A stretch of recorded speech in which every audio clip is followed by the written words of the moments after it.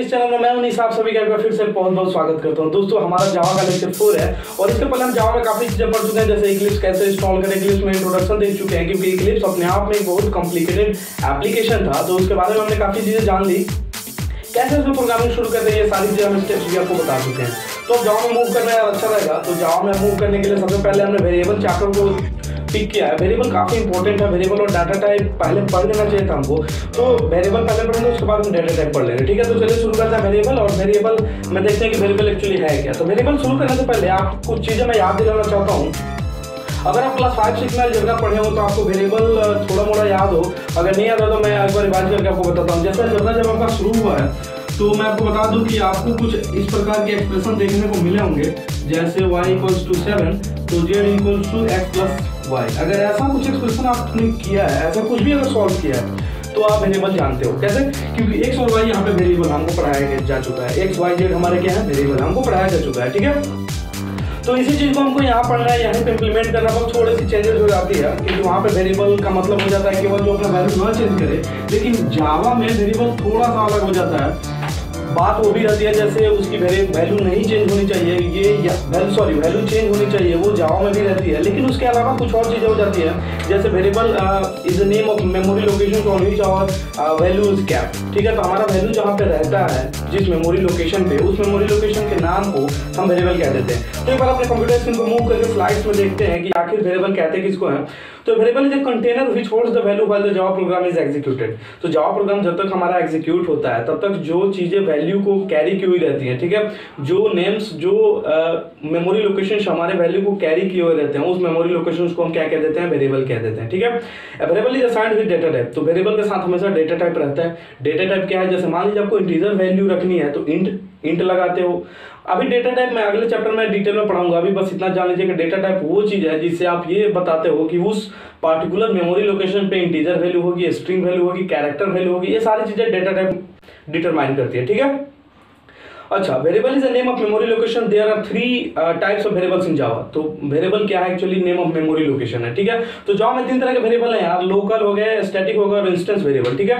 तो इन तीनों के बारे में हम डिटेल में जानेंगे। उसके पहले हम थोड़ा मेमोरी के बारे में जान लें कि मेमोरी में आखिर हमारी वेरिएबल स्टोर कैसे रहती है, ठीक है। तो ये सब चीजें भी जानना जरूरी हो जाता है। तो आप कंप्यूटर के बारे में थोड़ा सा भी चीजें जानते हैं, जैसे मान लीजिए आप रैम के बारे में अगर जानते हैं तो मान लीजिए ये आपके रैम मेमोरी है। रैम मेमोरी की कुछ स्ट्रेंथ होती है, जैसे 4 GB, 8 GB, 12 GB, ऐसे करके आपकी स्ट्रेंथ होती है रैम की, ये आप सबको पता है। और आपको पता है कि आपकी रैम के अलावा आपके कंप्यूटर या मोबाइल में कुछ और मेमोरी होती है जिसको इंटरनल मेमोरी कहते हैं, ठीक है। तो वो मेमोरी काफी बड़ी होती है क्योंकि उसमें काफी चीजें स्टोर करनी होती है। तो मान लीजिए ये आपकी इंटरनल मेमोरी है और ये आपकी रैम है, ठीक है। तो ये दो चीजें हमारे पास है, इंटरनल मेमोरी और रैम, ठीक है। आप जब भी कोडिंग करते हो तो इंटरनल मेमोरी के किसी मेमोरी लोकेशन पे आप कोडिंग करते हो, ठीक है। तो आप मान लो 1 MB का कोई कोड लिखे, ठीक है, जैसे आप इक्लिप्स में कोई चीज प्रिंट करा रहे हो, ठीक है। तो मान लीजिए आप 1 MB का कोई कोड लिखे, ठीक है। तो 1 MB ये मेमोरी में स्टोर रहेगी, ठीक है। ये 1 MB जो है मेमोरी में स्टोर करेगा और जैसे ही आप इस प्रोग्राम को रन करोगे तो ये इसकी कॉपी बन के आ जाएगी कहाँ पे, रैम में, ठीक है। तो इसकी कॉपी कहाँ बन के आ जाएगी, रैम में। अब ये जैसे रैम में आया तो क्या होगा इसके साथ ये होगा कि जो भी लाइंस ऑफ कोड होंगे वो एग्जीक्यूट होगा। अब मान लीजिए उसमें कोई लाइन आप एक ऐसा लिख दिए जहां पे आपने लिखा है इंट, जैसे आपने लिखा है इंट m = लेट्स से 12, ये एक आपने वेरिएबल असाइन कर दिया है, ठीक है। आपने किसी भी लाइन में ये चीज लिख दी है, इस तरह की कुछ चीज लिख दी है, तो क्या होगा, तो उसमें होगा क्या कि एक इंटीजर वैल्यू m, इसमें हमको मेमोरी लोकेशन चाहिए। इस पूरे रैम में इतना मेमोरी इस हमारे प्रोग्राम को, हमारे रैम में इतना मेमोरी इसको मिल गया, ठीक है। अब मान लीजिए इतना मेमोरी मिला और इस वेरिएबल के लिए हमें कुछ और मेमोरी इसके अंदर चाहिए, तो ये एक बॉक्स बन जाता है, अलग अलग बॉक्सेस बन जाते हैं, ठीक है। तो इसके जैसे बहुत सारे वेरिएबल होंगे तो अलग अलग बॉक्सेस बहुत सारे बनेंगे इसके लिए, ठीक है। और प्रत्येक बॉक्स में इसका नाम लेट से m होगा, कहीं आप n नाम के वेरिएबल डिक्लेयर किए होंगे तो ये n हो जाएगा। इस तरह से अलग अलग मेमोरी लोकेशंस बनेंगे और उसके नाम मिल जाएंगे, ठीक है। अब जब भी आप m में चेंज करोगे तो m में जो वैल्यू होगी यहाँ पे वो आगे ऑलरेडी रिफ्लेक्ट हो जाएगी, ठीक है। तो यही मेमोरी लोकेशंस को हम वेरिएबल एक्चुअली कह देते हैं। तो वेरिएबल एक्चुअली 2 वर्ड से मिलकर बना होता है, कौन कौन, वेरी प्लस एबल, ठीक है। तो 2 वर्ड से मिलकर बना होता है, वेरी प्लस एबल, जिसका मतलब हो जाता है the ability to change is called variable, ठीक है। जिसमें चेंज करने की एबिलिटी उसको वेरिएबल कह देते हैं, ठीक है। Variable is the name of reserved area allocated in memory. तो मेमोरी में जो आपकी रिजर्व्ड एरिया होती है उसको हम वेरिएबल कहते हैं, जैसे मैंने अभी बताया, ठीक है। In other words it is name of memory location, it is a combination of very plus able. तो वही बात है, that means value can be change, ठीक है। अब इसके टाइप्स को देख लेते हैं कि टाइप्स ऑफ वेरिएबल कौन कौन से हैं। तो यार जावा में 3 तरह के वेरिएबल हैं, लोकल वेरिएबल, इंस्टेंस वेरिएबल और स्टैटिक वेरिएबल। तो इन तीनों चीजों के बारे में हम डिटेल में पढ़ेंगे। तो सबसे पहले देखते हैं लोकल वेरिएबल क्या होता है, ठीक है। तो इसके लिए हम अपना इक्लिप्स ओपन करते हैं और इक्लिप्स हम अपना ओपन करते हैं, उसमें देखेंगे कोड करके कि आखिर लोकल वेरिएबल एक्चुअली कहते हैं किसको, ठीक है। उसके पहले थोड़ा सा डेफिनेशन अगर इसका देख लें तो लोकल वेरिएबल है variable declared inside the body of the method is called local variable, ठीक है। अब मेथड क्या होता है, तो जो लोग सी पढ़ के आए उनको मैं बता दूं कि आपने जो फंक्शन पढ़ा था एक्चुअली उसी को हम मेथड कह देते हैं, ठीक है। थोड़ा सा चेंज होता है, मतलब फंक्शनैलिटी सेम रहती है, बस नाम का अंतर है, ठीक है। तो आप अगर सी में फंक्शन पढ़े हो तो मेथड वही चीज है, ठीक है। अच्छा, जो लोग C++ पढ़ के आए हैं, जो लोग पाइथन पढ़ के आए हैं, तो उनको पता है मेथड क्या है, ठीक है। एक्चुअली वही चीज यहाँ पे भी लागू होती है, ठीक है। उसमें जो आपने मेथड पढ़ा था वही मेथड आप यहाँ पे भी पढ़ेंगे, ठीक है।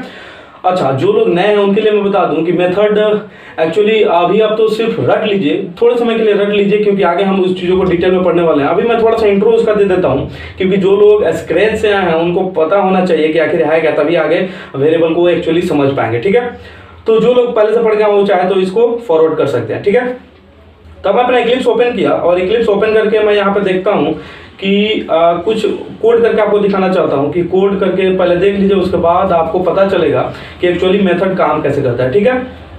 तो यार इसके लिए मैंने अपना इक्लिप्स ओपन कर लिया। इक्लिप्स में जाने के बाद मैंने एक प्रोजेक्ट बनाया था लेक्चर, और लेक्चर में एक एसआरसी में अगर आप मूव करेंगे तो मैंने बताया था 2 पैकेजेस हमने बनाए थे, एक पैकेज वेरिएबल और एक इंट्रोडक्शन, ठीक है। वेरिएबल अभी मैंने अभी बनाया है, तो आप वेरिएबल नाम का पैकेज बना लें। अगर नहीं बनाना आता तो एक बार मैं डिलीट करके आपको दिखा दूं कि वेरिएबल नाम का पैकेज मैंने कैसे बनाया। तो इसके लिए मैंने एसआरसी में गया और एसआरसी पे राइट क्लिक करा। राइट क्लिक करने के बाद मैं सीधे न्यू में गया, और न्यू में जाने के बाद यहाँ पे मुझे एक पैकेज बनाना था।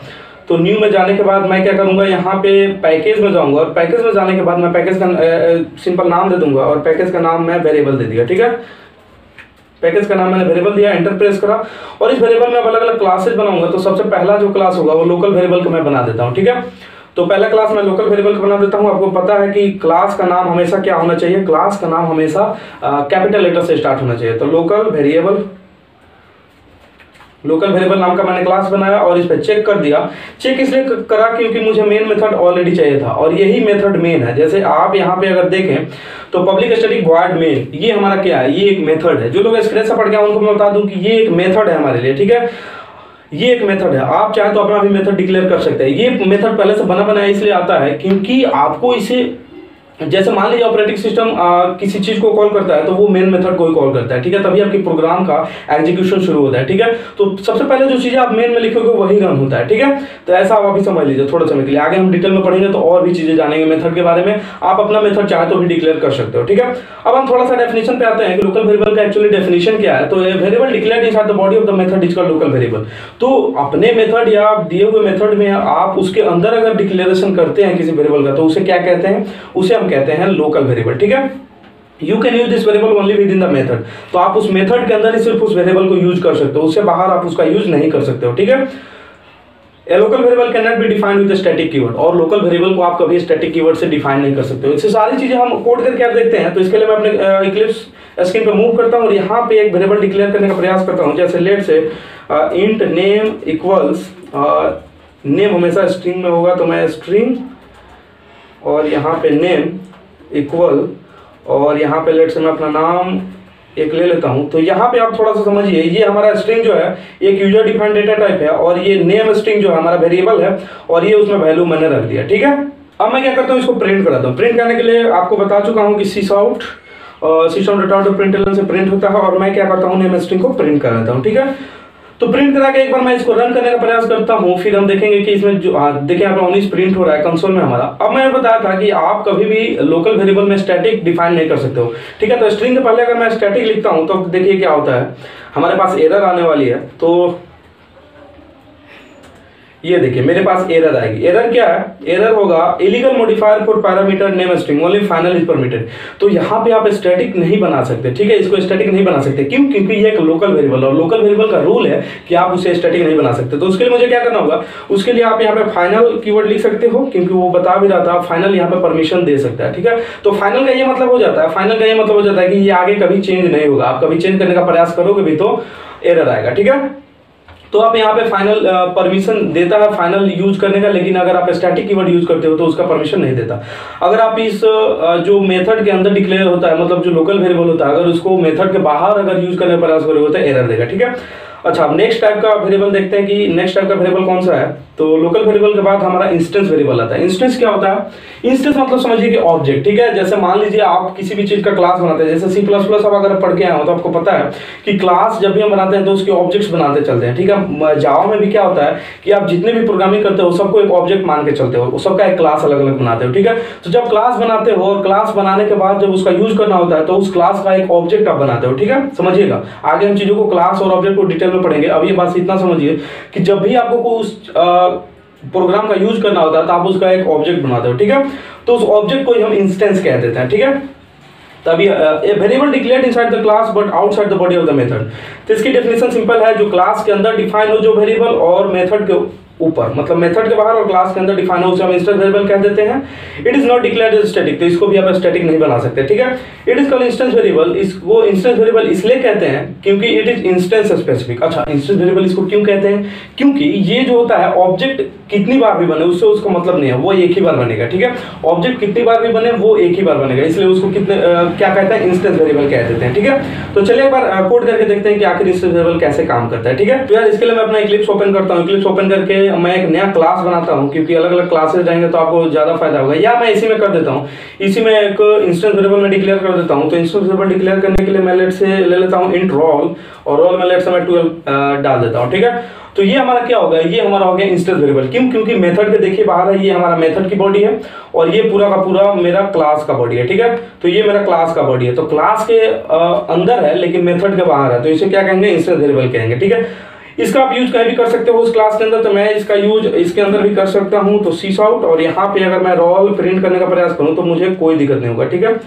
अगर मैं रोल प्रिंट करने का प्रयास करूं तो मुझे कोई दिक्कत नहीं होगा, ठीक है। अच्छा, यहाँ पे देखिए, यहाँ पे आप इसका यूज इस मेथड में आप पार्टिकुलरली इसका यूज नहीं कर सकते। क्यों? क्योंकि ये मेथड जो है स्टैटिक मेथड है। अगर आप ध्यान दें तो पब्लिक स्टैटिक वॉइड मेन, यहाँ पे एक एरर दे रहा है। ये एरर को मैं भी डिस्कस कर लेता हूँ क्योंकि आगे आप गलतियां ना करें। तो यहाँ पे एरर दे रहा है, can not make a static reference to the non static field roll. तो आप रोल एक नॉन स्टैटिक फील्ड है, मतलब रोल जो आप डिक्लेयर किए हो वो उसके पहले आपने स्टैटिक नहीं लिखा है, ठीक है। लेकिन ये एक स्टैटिक मेथड है, मेन जो हमारा है स्टैटिक मेथड है। क्यों? क्योंकि इसके ऊपर देखिए लिखा हुआ है पब्लिक स्टैटिक वॉइड मेन। तो ये क्या करता है? ये सिर्फ स्टैटिक चीजों को ही अलाउ करता है अपने अंदर यूज के लिए, ठीक है। अगर मैं यहाँ पे स्टैटिक लगा दूं तो आप इसका यूज आसानी से कर सकते हो, ठीक है। तो उसी को हम स्टैटिक वेरिएबल भी कह देते हैं। तीसरा टाइप जो होता है जावा वेरिएबल्स में स्टैटिक वेरिएबल, उसको यही कह देते हैं। अगर आप इसके पहले स्टैटिक लगा दो तो ये हो गया स्टैटिक वेरिएबल, ठीक है, हमारा स्टैटिक वेरिएबल हो गया। अब यहाँ पे देखिए वो एरर खत्म हो गया, ठीक है। तो जावा में यार 3 तरह के वेरिएबल पढ़े, एक बार इसको मैं रन करके आपको दिखाता हूँ। तो मेरे पास पहले प्रिंट 19 होगा, फिर रोल 12 मेरे पास प्रिंट होने वाला है, देखिए। हाँ, तो 19 और 12 प्रिंट हो गया, ठीक है। तो जहां में तीनों तरह के वेरिएबल को हमने डिस्कस किया। लोकल वेरिएबल, आप अगर शॉर्ट नोट्स याद करना चाहें तो जो मेथड के अंदर हो, मतलब इनसाइड मेथड जो हो उसको हम क्या कह देते हैं? Local variable. इनसाइड जो मेथड डिक्लेयर हो उसको हम क्या कह देते हैं? लोकल वेरिएबल, ठीक है। अच्छा, इंस्टेंस और स्टैटिक का डेफिनेशन सेम है। अगर आप ध्यान दें तो इंस्टेंस वेरिएबल जो होता है वो हमारा क्या होता है? मेथड के बाहर और क्लास के अंदर। सिमिलरली स्टैटिक वेरिएबल भी क्या होता है? मेथड के बाहर और क्लास के अंदर, ठीक है। लेकिन एक चीज इन दोनों में अंतर हो जाती है कि इंस्टेंस वेरिएबल में स्टैटिक कीवर्ड नहीं लगता है और स्टैटिक वेरिएबल में स्टैटिक कीवर्ड लगता है, ठीक है। एक बार इसका डेफिनेशन भी देख लेता है स्टैटिक वेरिएबल का। स्टैटिक वेरिएबल का अगर डेफिनेशन देखें, variable which is declared as a static is called static variable. तो जो वेरिएबल स्टैटिक कीवर्ड से डिक्लेयर हो उसको हम स्टैटिक वेरिएबल कहते हैं। It can not be local, तो ये लोकल नहीं हो सकता। You can create a single copy of a static variable and share among all the instances of the classes. अच्छा, एक बेसिक चीज और जान लीजिए कि आप स्टैटिक वेरिएबल जब बनाते हो तो वो जो होता है एक ही बार बनता है, सिंगल कॉपी बनती है उसकी, और वो सिंगल कॉपी जो होती है प्रत्येक ऑब्जेक्ट में डिस्ट्रीब्यूट हो जाती है, ठीक है। मतलब आप रोल नाम का जो मैंने यहाँ पे वेरिएबल बनाया, वो जितने भी आप ऑब्जेक्ट्स बना लीजिए, इस क्लास के जितने भी आप ऑब्जेक्ट्स बना लिए, क्लास का नाम क्या है? Local variable. इस लोकल वेरिएबल का आप कितने भी ऑब्जेक्ट्स बना लो, लेकिन ये जो रोल नाम का वेरिएबल है ये एक ही बार बनेगा, ठीक है। तो ये बात क्लियर हुई। चलिए अब देखते हैं। Memory allocation for static variable happens only once, तो वही बात है, एक ही बार मेमोरी अलाउ होगा इसके लिए। जैसे मान लीजिए आप कोई ऐसा सॉफ्टवेयर बना रहे हो जिसमें आपको ऐसा इंटर करना है कुछ, जैसे मान लीजिए उसकी एनिमल की प्रजाति क्या है, जैसे ह्यूमन बीइंग है, ठीक है। तो ह्यूमन बीइंग के लिए अगर आप कोई सॉफ्टवेयर बना रहे हो तो वो जो वेरिएबल है ह्यूमन बीइंग वाला, वो तो बार बार ऑब्जेक्ट्स में बनाने से कोई फायदा नहीं ना है, क्योंकि सारे जो यूजर्स आपके ह्यूमन बीइंग्स ही हैं, ठीक है।